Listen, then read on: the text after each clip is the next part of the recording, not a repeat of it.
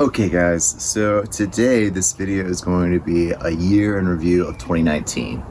So I'm just going to talk about little things that have done really well this year, some bad things that have gone, well, bad, and some things I've learned, and some future plans for the YouTube channel. And but first up, I want to say thank you guys for staying true to the channel and continue to watch these videos. I really do appreciate that, and I appreciate the thumbs up you guys give me and the helpful comments. I really appreciate all of those positive criticisms, positive comments, and then constructive criticisms. I do use those, and I do look at all the comments, so I do appreciate you guys. So not only will we be talking about a year in review, we're going to also talk I'm also going to do a little garden tour and just show you a couple of the garden projects that have been going on. I've been really happy this year. I think a lot of things have gotten done. So let's go ahead and talk about the first thing, the positive things that have happened while in this garden. This year, I learned how to grow my own tomatoes, which was amazing. If you have not grown tomato seeds or grown your own tomatoes, I definitely suggest you guys do that, and check out the link below to learn how to grow tomatoes for 2020. I also grew roses this year, and I had such a pleasure growing roses. Just like tomatoes, there are just thousands upon thousands of different roses, and there are good roses and there are bad roses, just like there are good tomatoes and bad tomatoes. And it depends on your climate and your location where you live. So for example, I live in a place that's hot and humid in the summertime, and then have very mild winters. So I need plants that are very heat resistant and that can deal with black spot. I'll put a link below of my top favorite tomatoes and also my top favorite roses just from the first year. And roses tend to take about 3 years to get established, to really fill out. And by the third year, I'll really know from the 50 different varieties I've grown in my garden that are really great for the Southeast. What else? What were the bad things that happened this year? So a couple bad things that I wasn't crazy about was in the tomato, while I was growing the tomatoes, I had really bad, I had squash, I had stink bug problems, and I was really disappointed by the end of the season. They were just covering the tomato plants, and I was like panicking, trying to figure out how to save them. And so next year I'm going to be better prepared on how to deal with that. Maybe I'll do a video on how to get rid of stink bugs. Also, I've been really sad about my squash. So I grew like a patty pan squash that Roots and Refuge had suggested. I was really excited for it. Unfortunately, they did very poorly because of a bug called the squash vine borer. And what it does, it bores into the squash vine, and it turns into a gelatinous material, and basically it hollows out the vine and it just kills the plant. And I've heard about this bug in the Southeast. This is the first time I've ever run into it. So now I've done my homework and looked for squash vine borer resistant varieties, and a lot of them are ground covering type called like zucchini, tromponcino, a lot of like viney. Not a lot of them are the compact ones we see that are squash borer resistant, unless they're hybrids, which I don't know enough to talk about. So I'm doing my research, and next year 2020 I'm going to be doing a lot of heirloom disease bug resistant varieties for my garden. And also I've really enjoyed my vegetable garden. I haven't feel like I've really enjoyed doing anything with it. I really enjoy flowers, but growing my own vegetables, I'm doing more homework and seeing the YouTube videos and seeing the benefits of it. And it's just nice being able to eat your own produce. And also this year, a little bit sharing about me, I've decided to go from vegetarian, from eating meat, to vegetarian, and also slowly becoming a vegan. My health has improved vastly. I've lost weight. I no longer have brain fog. I feel really great. So by having my own vegetable patch, I can really feed myself and learn more about my own produce and what's really good for me to eat. So that's another great benefit. If you have the space, definitely grow a vegetable garden. It's one of the easiest ways to get into gardening, to reap the benefits of starting something on your own from one little seed. So yeah, those are the positives, those are the negatives.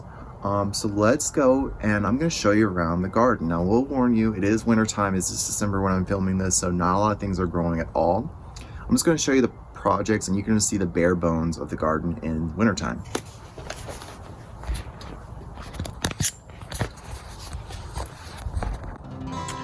So over here is where I had the tomatoes growing last year, and the soil is pretty bad. This is my first year growing tomatoes, and what I've decided to do is I put a lot of organic matter in here, lots of brown leaves, and also I'm doing a cover crop called winter rye, and I learned this from Haas Tool's YouTube video channel. And he is in a similar climate as me. He's a zone 8B. I'm more of a zone 8A. And what he does this time of year to improve his crops is to put down winter rye. And this is a ground cover that's going to break up that heavy clay that I have and allow water and air to get in. And also it's just going to put nutrients back in the soil. And you can see they're starting to sprout. And I put down a little hay that this was actually thrown up by a neighbor on the side of the road that I just picked it up and sprayed across the grass here. And hopefully this will improve the soil. This is my first time growing it, so I'll let you guys know how it does. If you're interested in getting winter rye, check out Haas Tools. They have it, their seeds there, but also I got this from a local feed and seed store, so you can get your winter rye there. There are also different types of cover crops to try out, so do your homework. Also, this is a rose called Rosanna. That's a climbing rose. And what I want it to do is to climb up this wall. This is a south-facing wall. It's gonna get lots of sunlight. I've trained it against this wire that I've attached to this brick wall. I don't know if you can see it. I'm sorry, the light is so harsh here. Using nails that I've drilled into the brick and attached it to the wall. It's done okay. I don't think it liked me moving it. There is some parts close to the house that gets very little water, so I moved it away so we can get more water and rain. Another project I'm working on at the moment are these pavers leading to underneath the house. So that'll look nice. This is not anywhere near close to done. I'm just seeing how many pavers I will need. Like, that's definitely not leveled right there. So that needs to be leveled out. But I'm just seeing how many pavers I need. This is all pavers that I've just had laying around the house that were here before the house was purchased. And I think it'll look really nice. Let's see. Okay, so over here is the vegetable garden, right? Now, over to the left are 2 apple trees, and the soil below them has always been terrible. And so, just like the tomato area, I'm going to put some cover crop down to hopefully improve the soil and just do a mini food forest below these apple trees. So we got this is Greek oregano that's done really well here in the southeast. This is just English thyme, which has done really well. Again, this is in heavy clay soil, so shockingly done well. Loves the smell when you run your fingers through it. This is Egyptian walking onion, a great perennial that you can cut through the wintertime for stews, for your meals, and as an onion substitute. This is Mexican tarragon. Also has a great smell as you run your fingers through it. Very licorice and a smell. I got that from a friend. Rosemary. And then again over here, just more space where I'm going to put cover crops down so I can improve the soil, so I can plant things below these apple trees and get more produce from my area in the garden I have. Now here's the vegetable garden. Very little going on right now. Over here we have this right here. This is giant spinach, got from So True Seed. These plants here are from our local farmers market. Collards, Tatsua, and I grew these collards. These are Charleston Wakefield collards. Very small. We'll see what happens. I grew these from seed versus these were purchased from already sown and grown at the farmers market. In this bed here, not much can be seen. Very, very tiny daikon radishes. The watermelon radish, I think I'm saying that right. Anyway, radishes do really well here for us, especially in the wintertime. So those are popping up. I tend to do 2 rows in these raised mounds. So like daikon radish over here, and then there's something growing right now. This is lanceolata kale. Oh, and you can see them popping up right there. So they are coming up. we've been having a very warm winter, so hopefully they'll sprout and then they'll get their legs in the ground and then they'll be ready for the cold frost, which happens in February. Over here is blue Scotch kale. Kale does also very well for us here. And then also there's a variety of lettuce called all year long lettuce that I bought from pine tree seeds. Also great. It's also coming up, so happy about that. Very tiny. And in my vegetable garden bed, I have drip irrigation. We don't have it on right now because I don't want these to freeze and to mess up the lines. So we get a lot of rain in the wintertime, so I don't have to really worry about watering. The soil is very moist right now. In here, very little of nothing. So I made the mistake of putting kale in very early on, and what happens here in the south is it's very cool, and then when the first frost comes, it knocks everything out. And so I planted this before the last frost, and they got knocked back. So I've got Swiss chard. These are Swiss chard, and then there's a variety called perpetual Swiss chard, and they're just holding on by a thread. And I'm just gonna have to hold out and see what happens. I'm gonna definitely grow some more perpetual Swiss chard because I love a good perennial vegetable. These have done really well. This is our back bed. This is the purple Russian kale. And then we have some radishes. Yeah, radishes and kale do really well here in the southeast, especially in the wintertime because our winters are very erratic. They can be really warm and then really cold all of a sudden.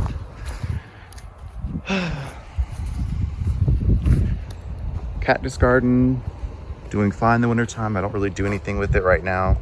Just let it do its own thing.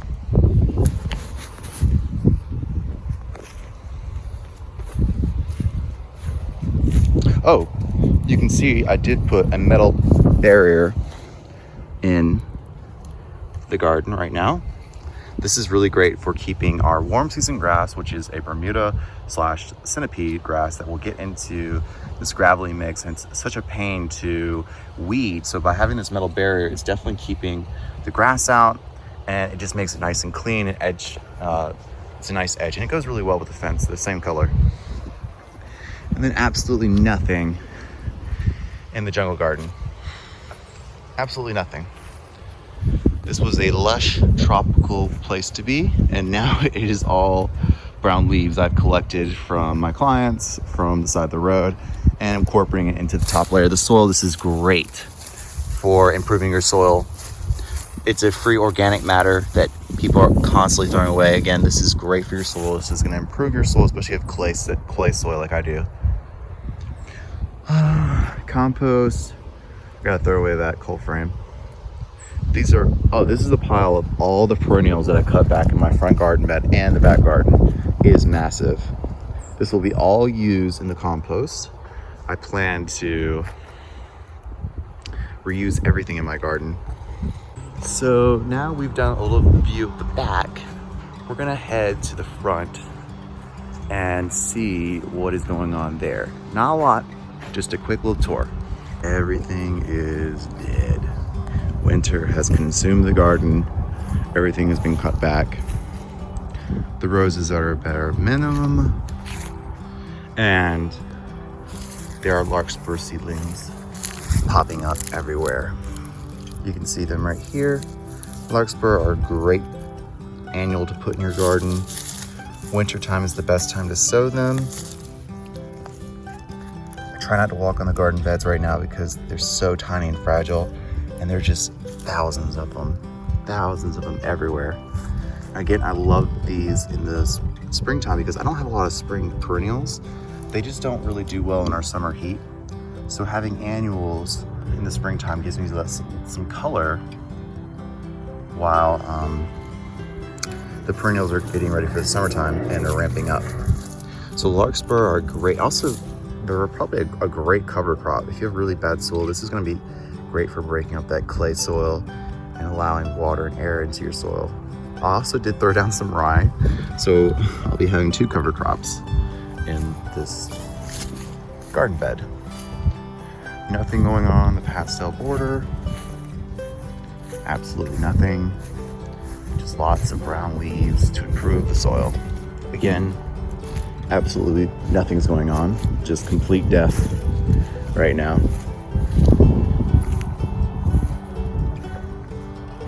Lots of larkspur seedlings though.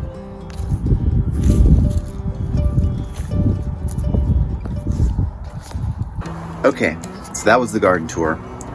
And we talked about the things that did really well, the things that did really bad, and you know, now let's just talk about the future. So 2020,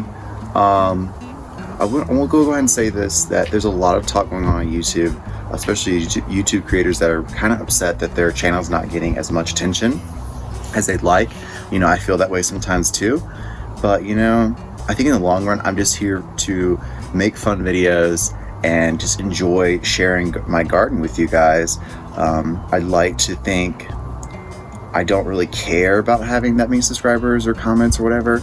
I think you know, I think everyone wants that fame that YouTube can provide, but I think I'm happy right now with how Colorful Gardener is going, and I hope it's providing information for you guys, seeing examples so you don't make the mistakes I do, or seeing great examples so you can try them in your own garden. That is the biggest sense of happiness that I get, knowing that something I have done helps you out in the long run, or you know, something I did wrong helps prevent you from doing it. That is my my biggest passion is just sharing information and helping other people that way. I've always loved reading and learning and trying new things, and then by showing that to you guys, hopefully you can improve your garden and show it to other people and just keep spreading that around. That's my my little piece of, you know, you get that little sense of joy when you help somebody. That I get that, and that makes me feel so really good. Anyway, I'm not gonna cry or anything. Thank you guys for watching this channel. Thank you for coming along this ride of 2019. I hope 2020 is gonna be a better year than 2019.